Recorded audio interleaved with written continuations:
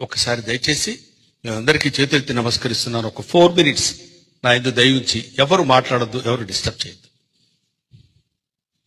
మీరు ఏంటన్నా చెప్పండి, 1,00,000 చెప్పండి, నేను ఇక్కడ ఉండలేనండి. నేను మీతో కాపురం చేయలేను. మీ నాన్నగారి పద్ధతి అస్సలు బాగలేదు. ఎన్ని కష్టపెడుతున్నారు, ఎలాంటి మాట్లాడుతున్నారు, ఎంత బాధ పెడుతున్నారో ఎవరికి చెప్పండి. వద్దు, నేను నా బిడ్డ వాడి నుంచి వెళ్ళిపోతామండి.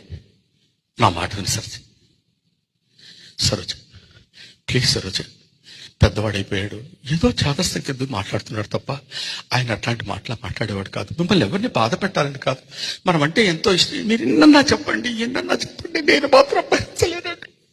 నేను వెళ్ళిపోతానండి, నేను వెళ్ళిపోతాను. నా బిడ్డను తీసుకుని నేను వెళ్ళిపోతాను. సరోజ, ప్లీజ్ సరోజ, నేను చెప్పేది విను, నా మాట విని Saroja.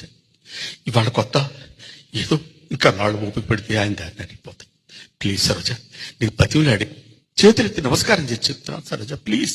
No no no no no నాన్న, ఆ ముసలాన్ని పంపించే నాన్న, చచ్చిపోతున్నాను. వాడు నన్ను చాలా ఇబ్బంది పెడుతున్నాడు నాన్న.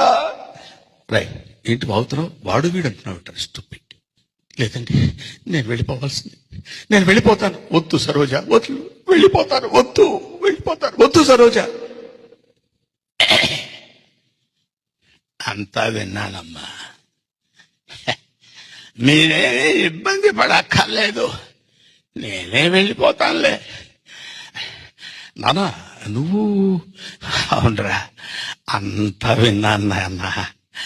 నేను ఇవాళ కాకపోతే రేపైనా పోవాల్సిన వాడిని.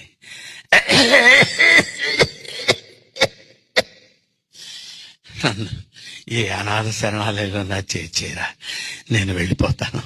అంటే కాదు నాన్న, సరోజ, నేను ఏదో సరదాగా మాట్లాడుకుంటాం తప్ప నీ మీద.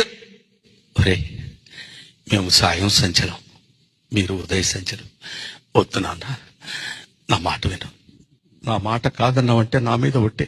నన్ను ఏదైనా శరణాలయంలో చేర్చమని అంటున్నారు కదరా. నాన్న, శరణాలయానికి తీసుకెళ్తాను. పేరు నరసింహారావు, ఊరు కంకిపాడు.